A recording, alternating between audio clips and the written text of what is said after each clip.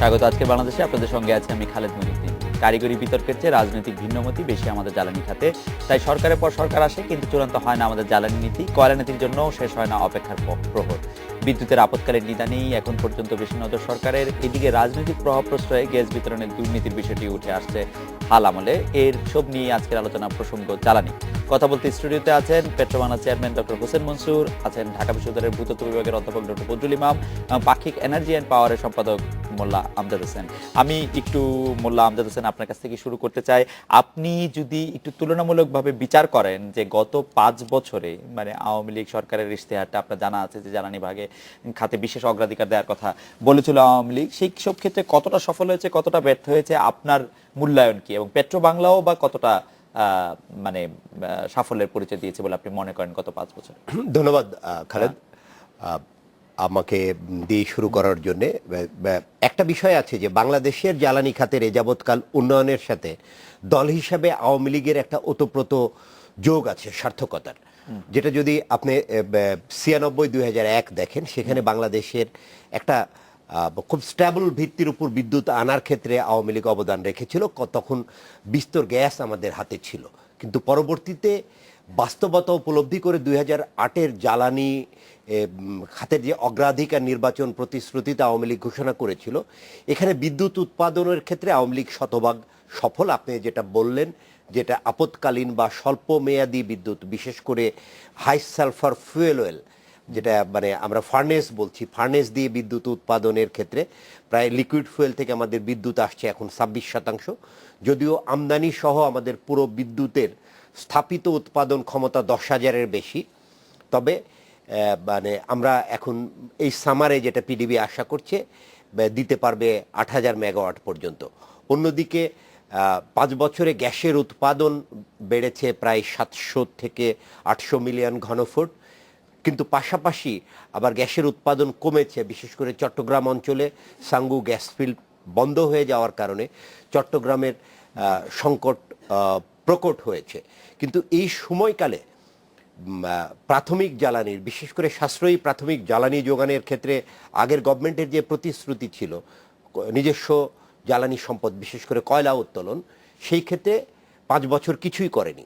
এবং একটা প্রত্যাশা ছিল এবারও একইভাবে নির্বাচনী প্রতিশ্রুতিতে প্রাথমিক জ্বালানি অনুসন্ধান এবং উত্তোলনের গুরুত্ব দেওয়ার কথা থাকলে, কয়লার সর্বোচ্চ বাণিজ্যিক ব্যবহারের কথা থাকলেও গত 6 ফেব্রুয়ারি প্রধানমন্ত্রী একটি রাজনৈতিক সিদ্ধান্ত জানিয়ে দিয়ে নিজস্ব কয়লা তোলার বিষয়টির জবনিকাপাত ঘটিয়েছেন, যেই ব্যর্থতা শুরু হয়েছিল প্রাথমিক এনার্জির যোগান বাড়ানোর ক্ষেত্রে গত 5 বছরে, এবারও শুরু করলো সেই ব্যর্থতাকে আরও প্রকট করার ইঙ্গিত দেওয়ার মধ্য দিয়ে।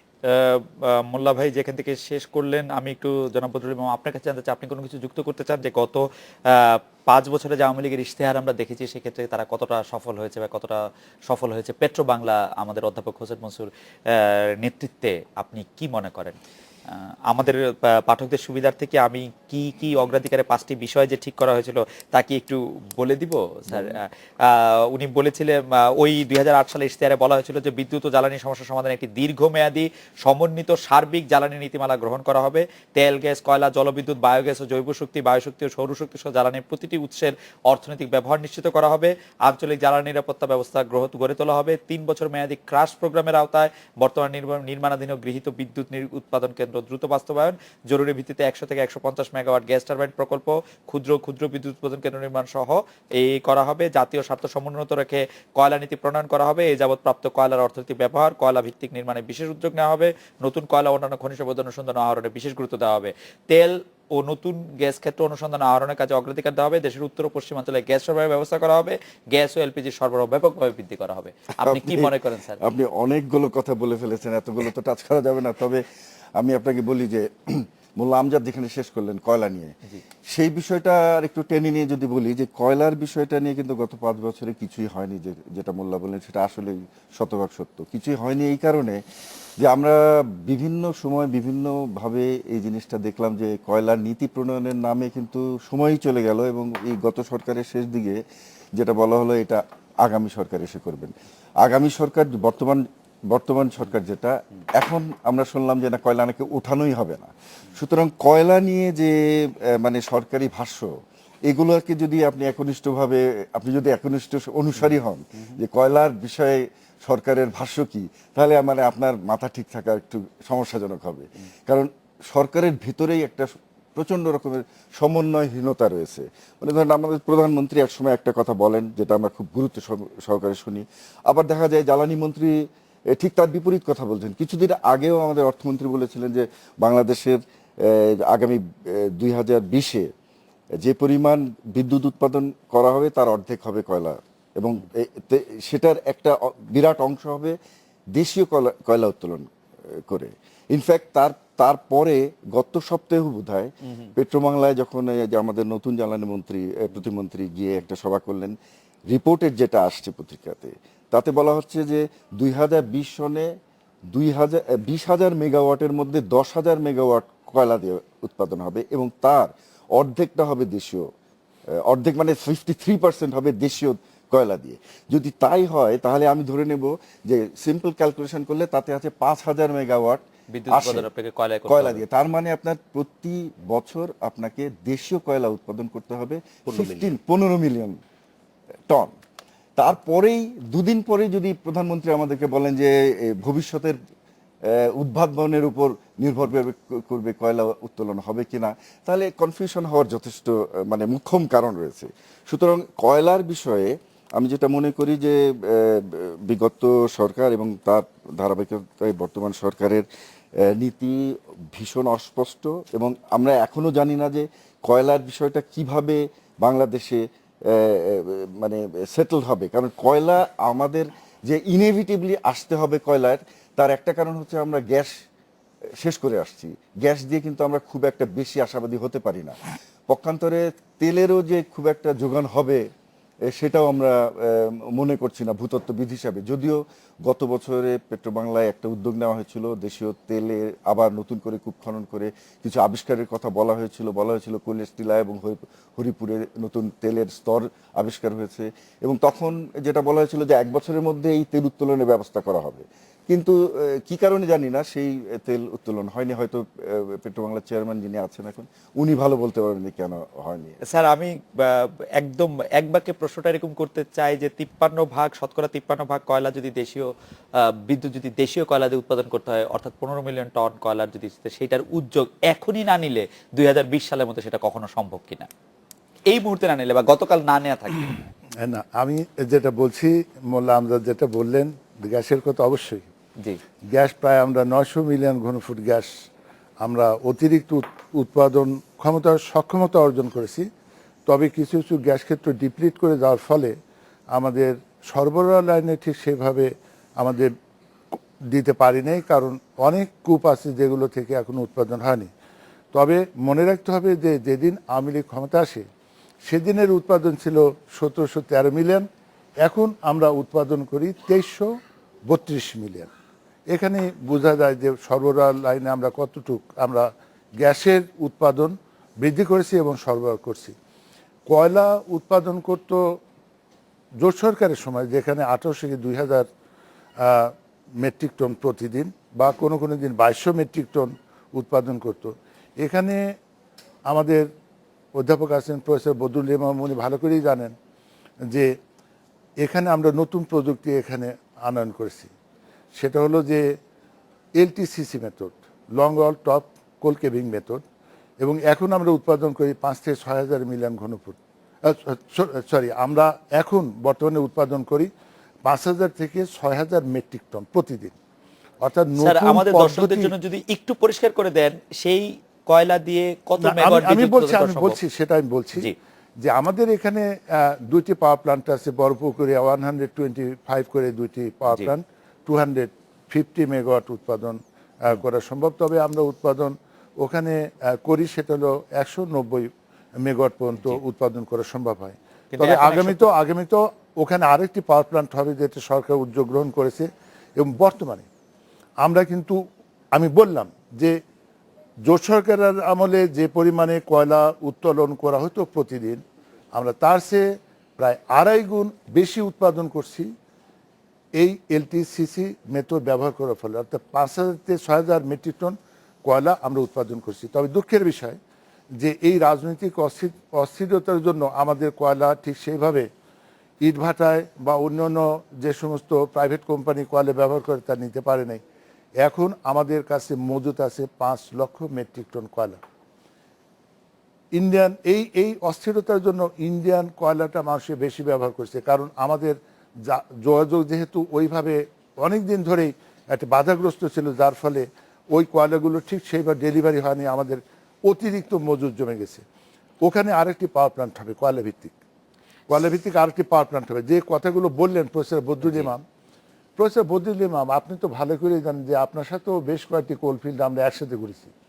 ঝরিয়া কোলফিল্ডে গেছি, ধানবাদে অনেকগুলো কোলফিল্ডে আন্ডারগ্রাউন্ড মাইন দিয়েছি, ওপেন কাট মাইনিং দেখেছি, এবং সেই সমস্ত এলাকা সম্বন্ধে আপনার পরিষ্কার ধারণা আছে যে ওই এলাকাগুলো ব্যারেন ল্যান্ড, সেখানে জনবসতি খুব একটা নাই, উপজাতি কিছু কিছু বাস করে, এবং হিল টপসের উপরে ওই সমস্ত ওপেন কাট মাইনিং সেখানে করছে।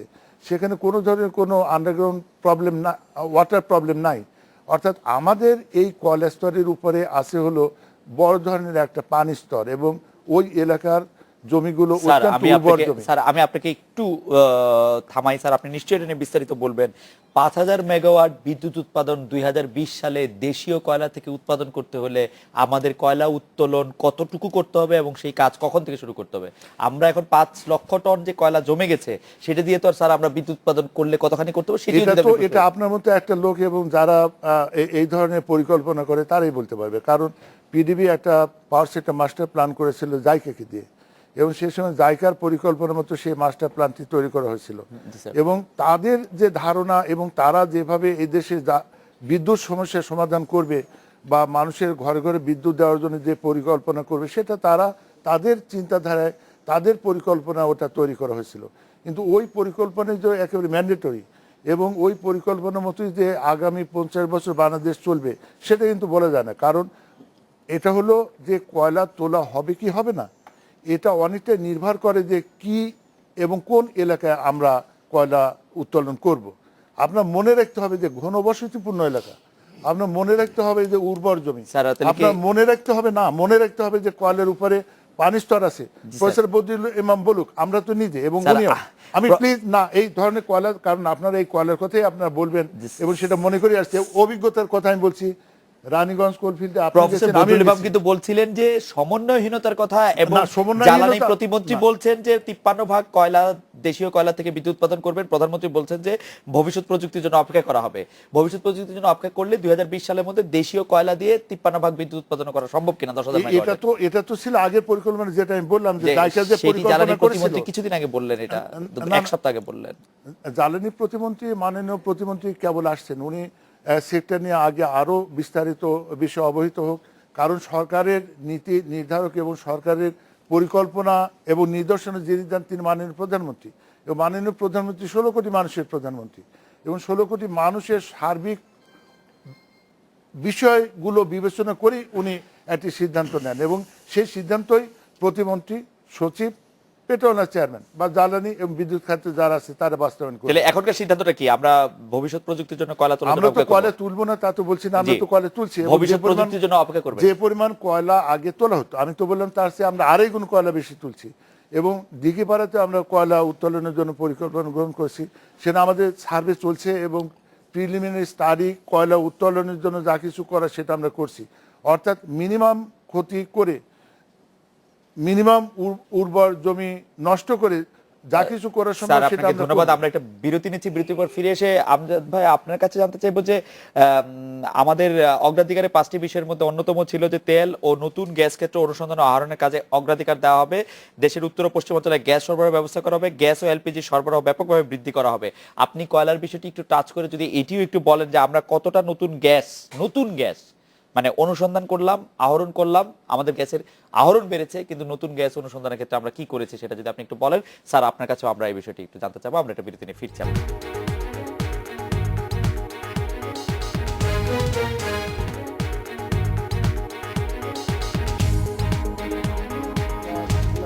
ফিরলাম। আজকের বাংলাদেশে জনাব মোল্লা আমজাদ হোসেন, আপনার কাছে জানতে চাচ্ছিলাম যে নতুন গ্যাস ক্ষেত্র অনুসন্ধানের ক্ষেত্রে আমরা কতটা নতুন গ্যাস ক্ষেত্র পেয়েছি এবং কি পরিমাণ গ্যাস পেয়েছি, উত্তর ও পশ্চিমাঞ্চলে গ্যাস সরবরাহের অবস্থাই বা কি, গ্যাস ও এলপিজি সরবরাহ ব্যাপকভাবে বৃদ্ধি করার যে প্রতিশ্রুতি ছিল তাতে আমরা কতটা সফল হয়েছে?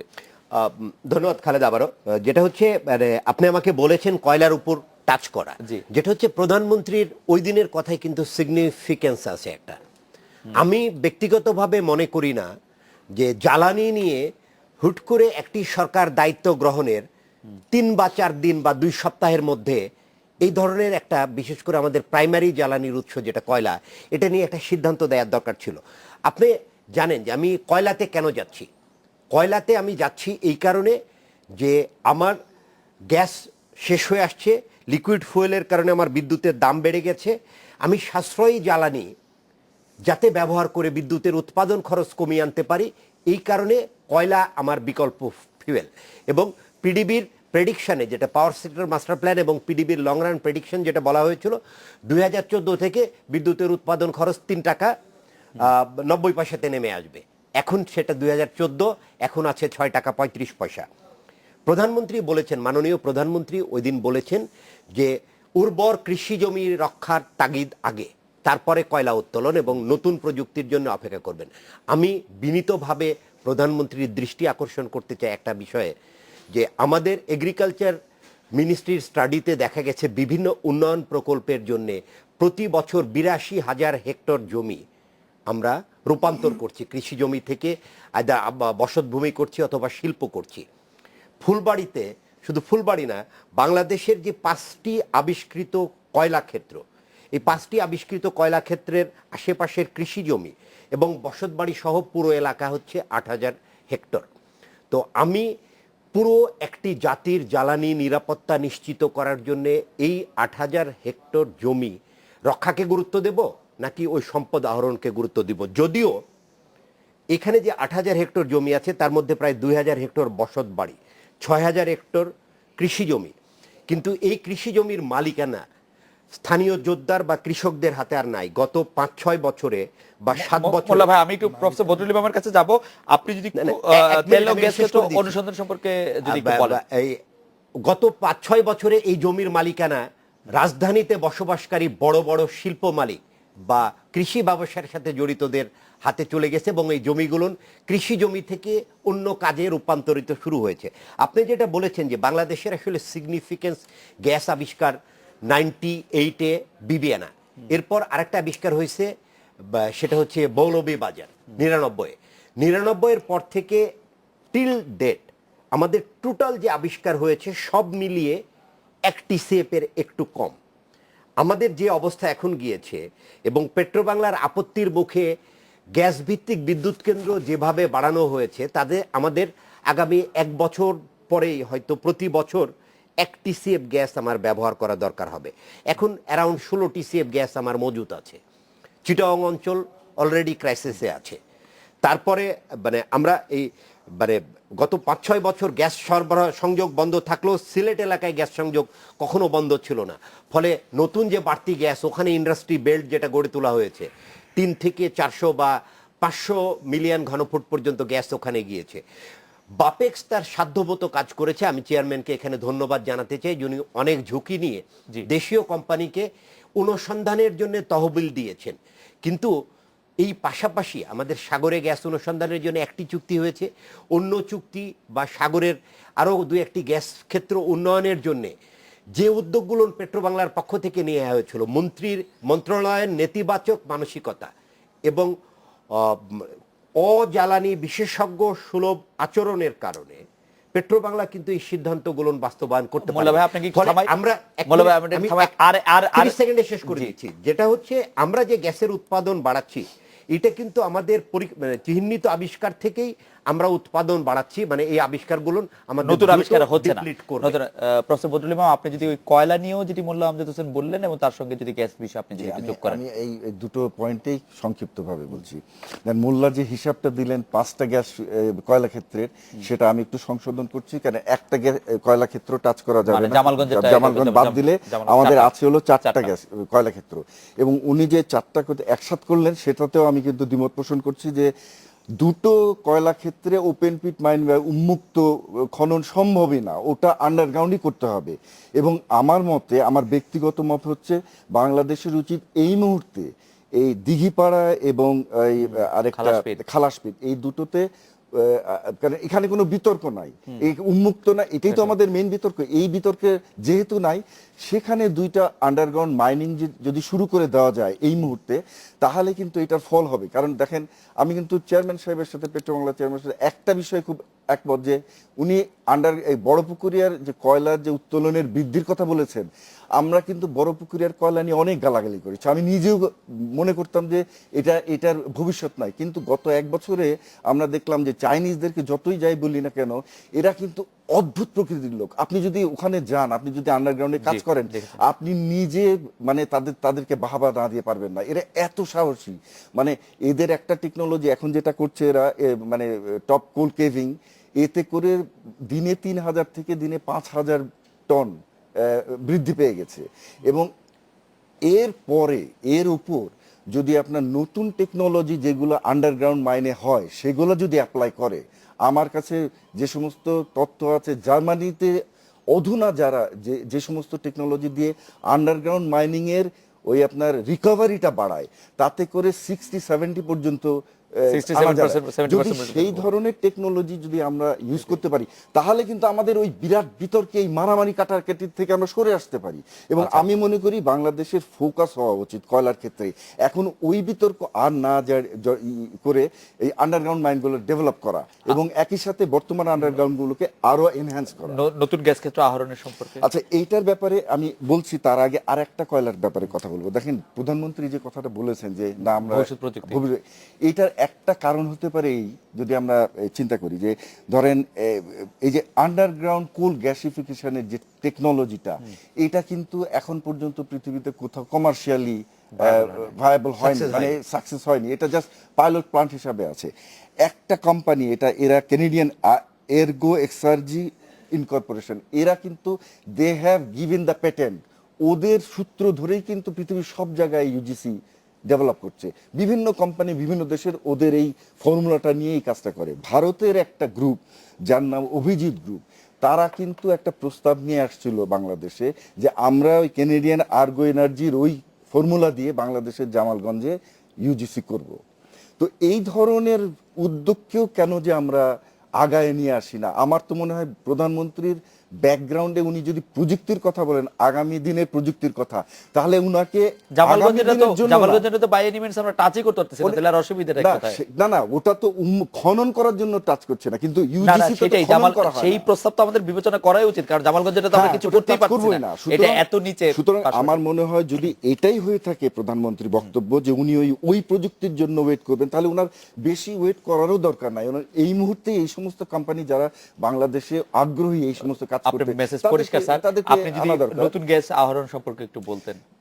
এখন নতুন গ্যাস আহরণের বিষয়টা, গ্যাস আবিষ্কারটা দেখেন, এটা হচ্ছে আমি যখন পেট্রোলিয়াম জিওলজির ছাত্র ছিলাম ইংল্যান্ডে, আমি পিএইচডি করেছি, আমার টিচার আমাকে শিখে ইটস এ গ্যাম্বল, এটা একটা জুয়া খেলা। সুতরাং আপনি যদি বলেন হ্যাঁ তুমি খুব খেলেছো, তুমি গ্যাস বার করো নাই, তুমি ব্যর্থ, এটা কোনো কথা না। It is very difficult. বাংলাদেশের যে সমস্ত বড় বড় গ্যাস ক্ষেত্র আবিষ্কার হয়েছে, মোল্লা আমজাদ বা অনেকের মুখে আমি এই কথা শুনেছি যে হ্যাঁ বিদেশি কোম্পানিগুলোই তো সবচেয়ে বড় গ্যাস আবিষ্কার করেছে, দেশীয় গুলো ছোট গ্যাস আবিষ্কার করেছে।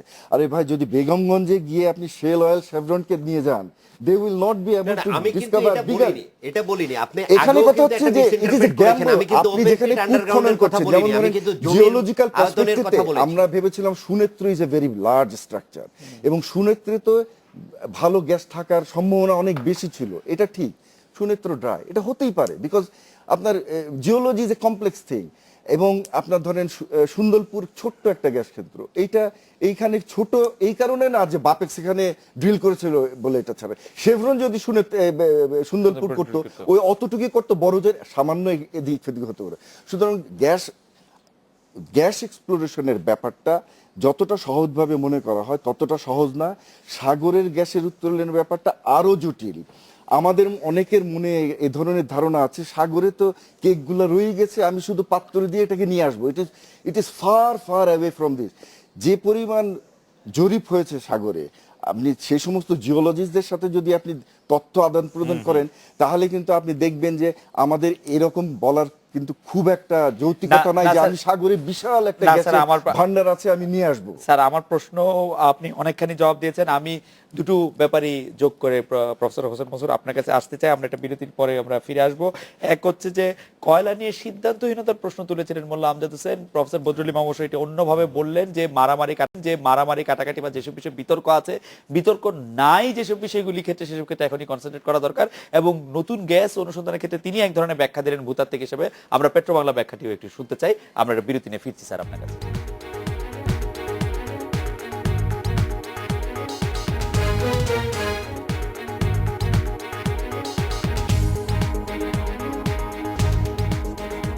ফিরলাম আজকের বাংলাদেশে।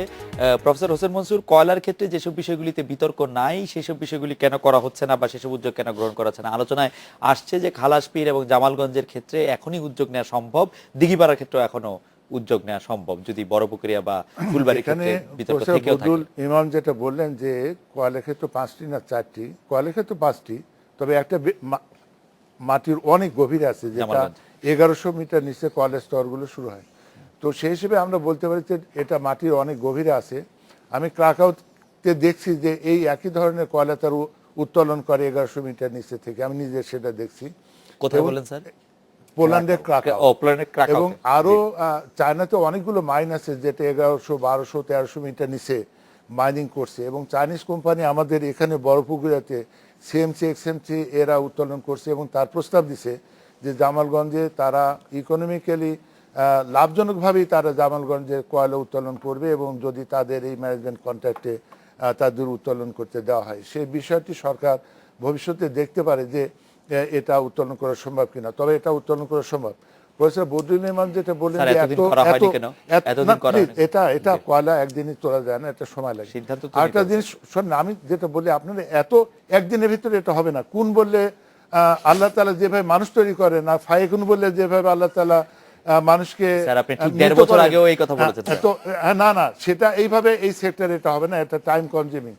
তো এটা হলো যে 1100 মিটার নিচে তোলা সম্ভব। তবে প্রফেসর বদরুল ইমাম, আপনি বলছি যে আপনার পানির স্তর থেকে কয়লার স্তরের ভিতরে যে থিকনেস, যেটা সেডিমেন্ট থিকনেস, সেটা জামালগঞ্জে বেশি হবে।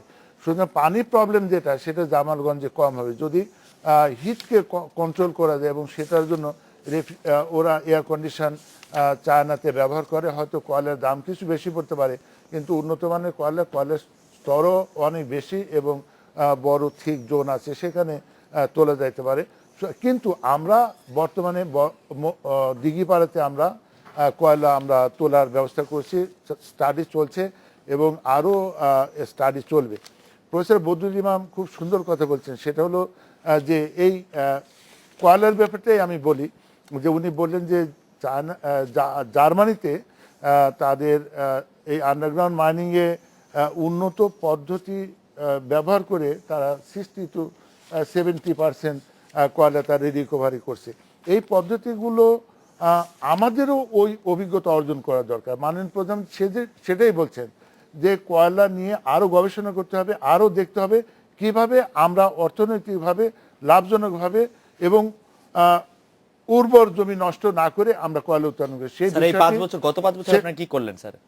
গত 5 বছর তো আমি বললাম যে আমরা কি করছি, এটা যদি বলেন তাহলে আমরা আড়াই গুণ বেশি কয়লা উৎপাদন করছি। সেটা তো একটা বড় প্রক্রিয়া। কয়লা খনিতে চাইনিজদের দক্ষতার কারণে তারা কয়লা বেশি উৎপাদন করেছে, সেটা তো আমাদের মানে তারা বেশি দক্ষতা অর্জন করেছে। কথাগুলো বললেন, এটা তো এই কথা তো খুব একটা ঠিক কথা বললেন না, কারণ এটা তো শুরুই করছিল চাইনিজ কোম্পানি, এবং যখন চাইনিজ জোট সরকার সময় করছিল তারা 1800 করছে, আমরা 6000 টন উৎপাদন করছি। এটা উন্নত প্রযুক্তি, আমরা ওটা ব্যবহার করছি। এটা তো যারা করে, আমরাই তো কোম্পানি। বড়পুকুরে আমাদের নিজস্ব কোম্পানি, বড়পুকুরে সকল কিছুই এটা পরিকল্পনা করে, এবং পরিকল্পনা বাস্তবায়নের জন্য তারা চাইনিজদের হেল্প নিচ্ছে। আমরা যখন ডিলিং করি তখনও তো আমরা থার্ড পার্টি সার্ভিস বিদেশিদের নেই, তখন আমরা কনসালটেন্ট আমরা বিদেশি নিয়ে স্যার, এই 5 বছরে বড় প্রক্রিয়ার কয়লা উত্তোলন দ্বিগুণ হওয়া ছাড়া স্যার কয়লার কোনো সিগনিফিকেন্ট আছে? এটাকে আমরা তো দিঘিপাড়া কয়লা খনি উত্তোলনের জন্য পরিকল্পনা গ্রহণ করছি এবং সেখানে স্যার, পরিকল্পনা গ্রহণ করেছি, স্যার, অলরেডি আপনারা। সাসমিক কাজ চলছে। আমরা তো একদিনে চলতে স্যার, পারবো না। পরিকল্পনা এবং সাইসমিক এই শব্দগুলি স্যার অতি ব্যবহৃত এবং সেটা আসলে কোনো কিছু তাহলে আমরা আপনি দেখতে কি পারি না। চান? আপনি বলতে চান যে স্যার, আমরা এই মুহূর্তে কয়লা উঠে গেল? স্যার, এই মুহূর্তে কয়লা উঠে যাওয়ার ব্যাপারে স্যার আমি না না, মনে করতে এটা পারি। তো এই যে বরপুকুরের যে কয়লা খনি, জি স্যার। এটা আপনি জানেন যে কোন সময় থেকে শুরু করছে এবং কোন সময় আমরা এখন এটা অতিরিক্ত উৎপাদনে গেলাম। এটা একদিনের ব্যাপার না, মানুষের ধৈর্য থাকতে হবে। স্যার, এটা 2011 সালের অক্টোবর হ্যাঁ, মাসে আপনার সাথে যখন পৃথিবীতে- কথা হচ্ছিল শোনেন, স্যার। আপনি বলি শোনেন, ব্যাপার হচ্ছে যে ভিয়েতনাম অনেক কষ্ট করে বহু বছর তার যুদ্ধ করে স্বাধীনতা অর্জন করছে, আমাদের মাত্র 9 মাসে। যার ফলে বাঙালি ধৈর্য অনেক কম। কোনো পরিকল্পনা গ্রহণ করতে হলে এটা দীর্ঘ মেয়াদে সেটা সম্পূর্ণ হবে। এই মানসিকতা এই জাতির থাকতে হবে। আরেকটি কথা সেটা হলো যে স্যার, কত এই দীর্ঘ স্যার, গ্যাস এখানে একটু ক্ষেত্র- বলেন গ্যাস স্যার, ক্ষেত্রের একটু। কথা জি, বলছি। জি।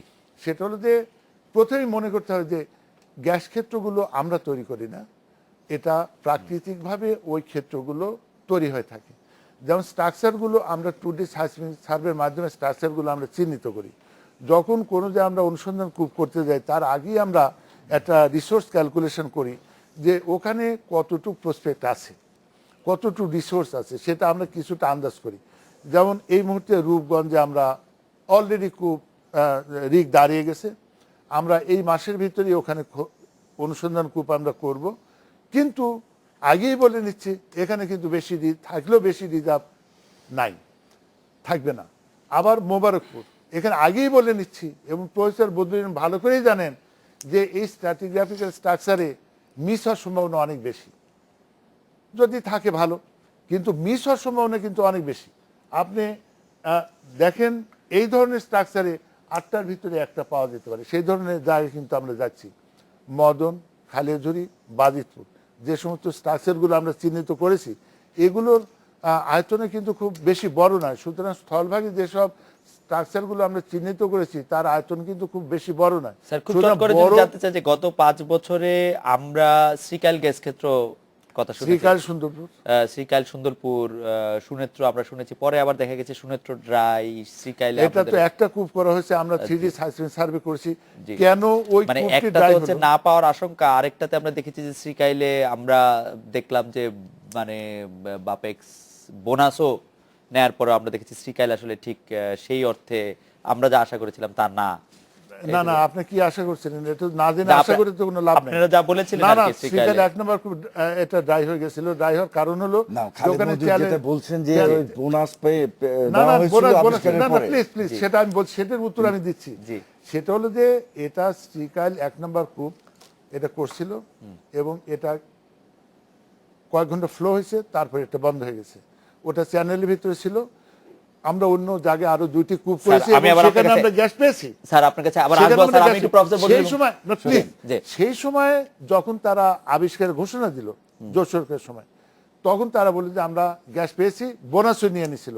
পরবর্তী যখন ড্রাই হয়ে গেল তখন ওই বোনাসগুলো কিন্তু আবার ফেরত নিয়ে নিছে। অর্থাৎ ওই ধরনের বিভ্রান্তমূলক বা ভুয়া ঘোষণা আমরা এ পর্যন্ত কোনো সময় দেইনি। রাইট। আমি একটু প্রফেসর বদরুল ইমাম আপনার কাছে জানতে চাইবো যে পেট্রোবাংলা চেয়ারম্যান, মাননীয় চেয়ারম্যান অনেকগুলি ব্যাখ্যা দিলেন যে কি কারণে কি হয়েছে, এবং আপনি কি মনে করেন, আমাদের আসলে একটা বিরতির সময় হয়ে গেছে, আপনি কি মনে করেন যে আসলে পেট্রোবাংলার এখানে এর চেয়ে বেশি কোনো কিছু করার কথা ছিল কিনা? মোল্লা আমজাদ হোসেন একটি পয়েন্ট বলেছিলেন যে আমাদের যে মন্ত্রণালয়ের যে আমলাতন্ত্র এবং মন্ত্রণালয়ের যে অসহযোগিতামূলক বা অজ্বালানি বিশেষজ্ঞ সুলভ আচরণ, সেটা কোনো প্রভাব বিস্তার করেছে কিনা? আপনার কাছে এটি শুনতে চাইবো গত 5 বছরের হিসাবে। আমরা একটা বিরতি নিয়ে ফিরছি আপনার কাছে।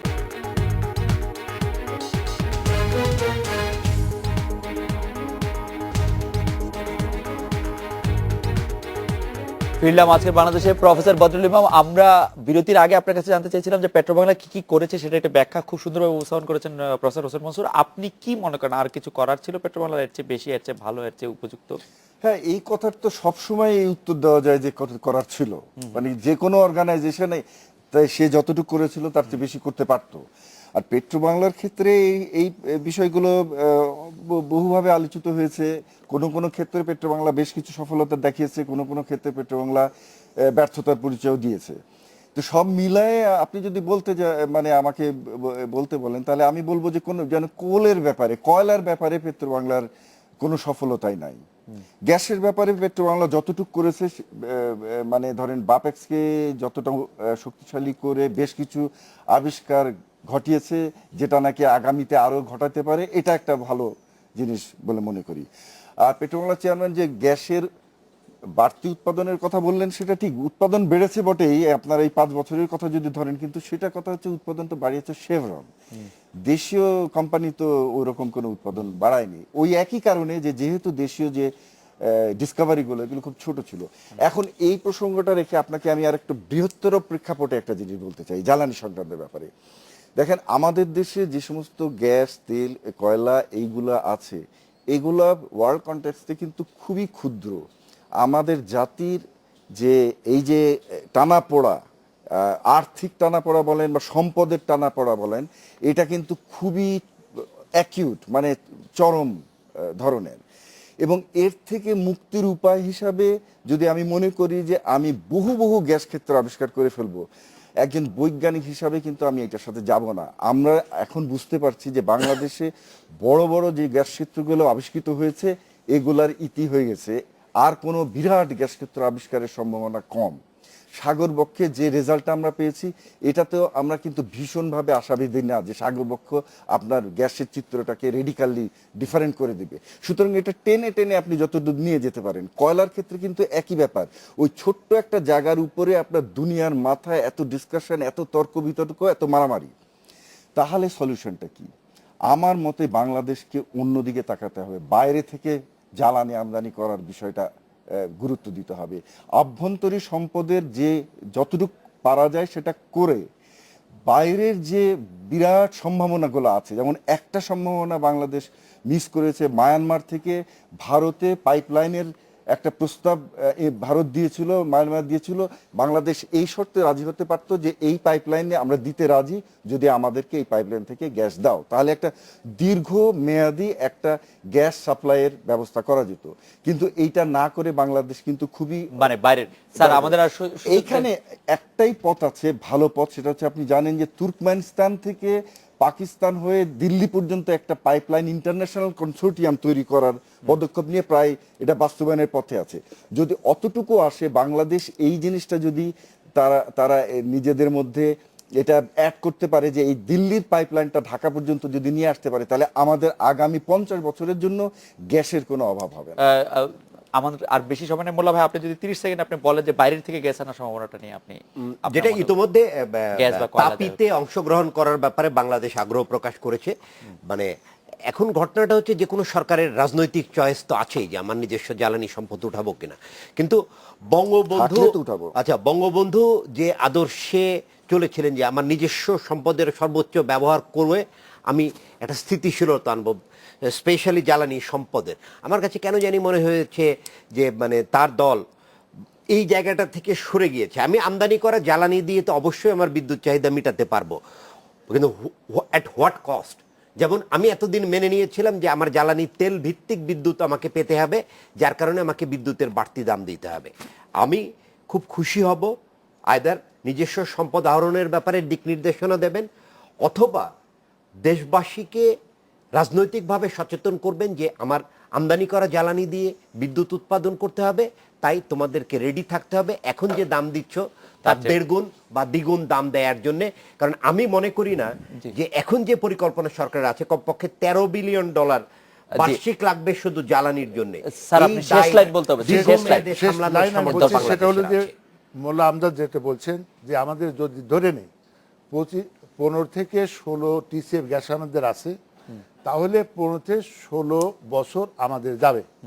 এই সময়ের ভিতরে আমাদের বিকল্প জ্বালানির দিকে যেতে হবে, এবং সেটা আমরা আশা করি যে সেটার দিকে আমরা যাব। আজকের অনুষ্ঠানে আসার জন্য আপনাদের তিনজনকে অনেক ধন্যবাদ। এই ছিল আজকে বাংলাদেশে দেখা হবে আগামীকাল এই সময়। শুভরাত্রি।